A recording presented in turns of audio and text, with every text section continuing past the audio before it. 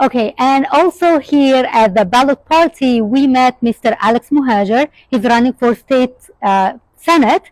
And do you have a minute Yes, so we can talk together? Thank you. It's nice to meet you. Thank you so much. I know that you have a lot on your plate.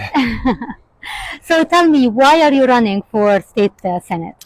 Well, I think the cost of living, healthcare, housing, public education have all become unsustainable in our state. And we know why. We know corporate greed is the driver of inflation in California. We also know that special interest money has prevented our elected leaders from being bold and courageous and taking the best votes for our community. So I was born and raised here in Irvine. I'm the son of working class immigrants. My mom immigrated here from Iran. She raised 4 kids on her own.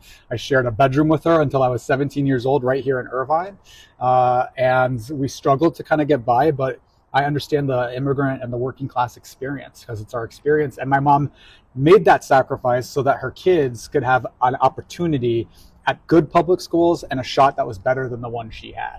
And I take that really personally, and I feel like we need to pass along a world that's better for our kids than the one we inherited, because that's our parents' sacrifice. Yes. I view my mom's sacrifice in that story. And I think it has gotten harder for people in the state, and it's continuing to get harder, and I can't sit by and let that happen. So that's why I decided to run for the state Senate in my hometown of Irvine.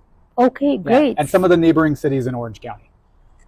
Okay, so could you tell me how did you get to this position? I mean, what is your political background, your political experience? Yeah, I've been an organizer for many years, since I was actually a kid. I've been an activist and then political organizing and legislative advocacy. I have a law degree from Chapman University School of Law, and I decided to take that law degree and go into public service, where I've worked on workplace protections, discrimination protections for people, sexual harassment kind of cases.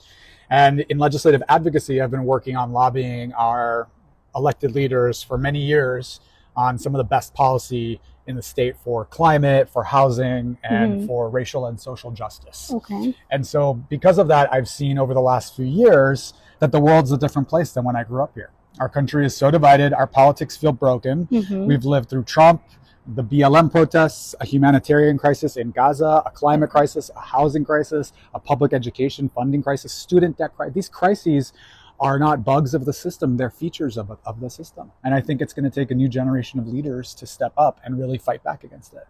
You are one of the very, very, very few people who called for ceasefire. Yes. And some people say that when you do that, that's like political suicide for you, but you still took the courage to call for ceasefire. So can you tell me about that? You know what's interesting is it's March.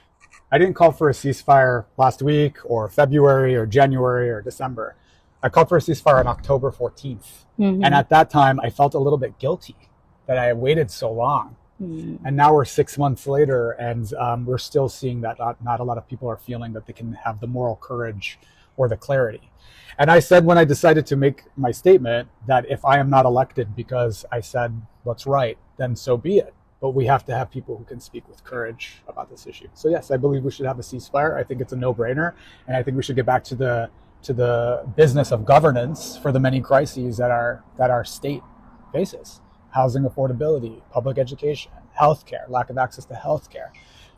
These are all issues that are more suited for our taxpayer dollars. Yes, yes, I totally agree. So can you tell me more about, instead of sending money to Ukraine or Israel, how do you plan to use the money here for education and for healthcare?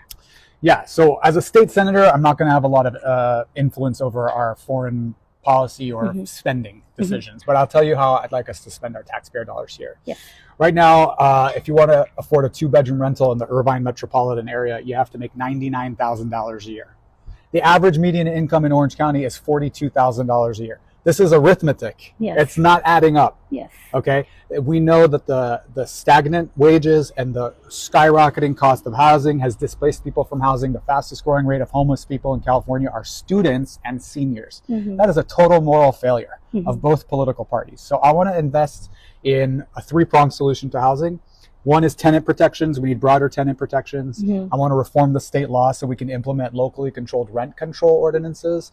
And then we need more housing. This is basic economics. More supply will drive down demand, drive down the cost. And then things like first-time homebuyer programs and housing stabilization subsidies for people who are short on their rent, so we make sure people aren't being put it into homelessness as this crisis continues to worsen.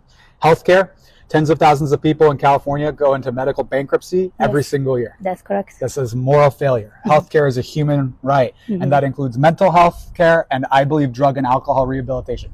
I'm 5 years sober myself, so I have a sobriety journey and a mental health journey of my own, and I know how hard it is for families who are struggling to get people access to care, and people need access to care. And so I want to make sure every Californian receives healthcare coverage. And then I'm very worried about the climate crisis. So if you don't believe in climate change, I don't know what to tell you. The science is telling us we're in a climate crisis, but it's not just an environmental issue, it's an economic issue. I want California to be a global leader on climate, be on the global leader of tech and science innovation, of climate, renewable energy solutions, to build out a clean energy economy, update our infrastructure to make sure we build out wind and solar infrastructure and modernize our electric grid to make sure we are prepared for the coming clean energy economy. That's where I'll spend the money. And then public education.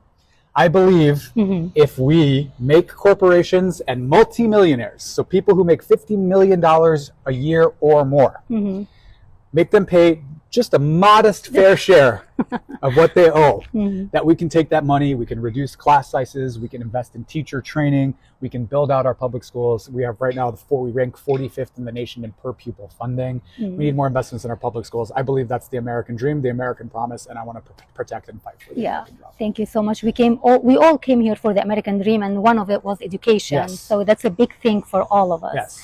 So what do you tell people who lost hope in the system and they said they will refrain from voting because the system will not help them? That's why I'm running. I mean, I'm the only candidate in my race who's pledged to refuse corporate PAC, fossil fuels, big tech, big pharma, or any special interest money. I am entirely grassroots funded. And also Cal Matters reports I'm one of the top fundraisers in this race. We beat 10 of the 11 candidates. With the grassroots? With just the grassroots donations. So I'm proving that it can be done. And if we want to get the influence of these special interests out of our politics, we have to elect candidates like me, who from the beginning are saying, I'm not taking that money. So you can trust that my vote will be for the community and not for the people that funded me, because the community funded me. You see? So I know why people are disenfranchised. I 100% understand. It is why I'm running. It's why I could use your support. And again, people lost hope in Democratic Party, and a lot of people pulled away from Democratic Party. So what do you tell them? Well, I understand. I'm challenging the Democratic Party. I'm a registered Democrat, but I'm challenging a very powerful Democrat for this seat because I believe we need to go in a new direction. And so I understand, but it's not about Democrat or Republican. It's about values. And I am challenging my own party. I am not a rank and file Democrat. I am willing to challenge my own party. I don't take marching orders from anybody. I take marching orders from my community. And I understand why people are disenfranchised, but we need them more than ever now to participate. So if people want to fund your campaign and they want to help you to be in office, how can they fund you? Well, right now our election is Tuesday, March 5th. So we're just 72 hours away. Right now I need people to vote. If you live in 37th State Senate District, please mail in your ballot, drop it off at a polling location, or go to your polling location by the end of the day, Tuesday, March 5th, and vote. Then you can visit my website, alex4ca.com, and find out ways you can contribute. If we get past the primary, when we get past the primary election, then we can talk more about how we can fund our primary or general election. So after the primary, I'm gonna meet with you again because hopefully you're gonna win. And then we talk about the next step. Wonderful. Thank you so much. Pleasure to meet you. Thank you.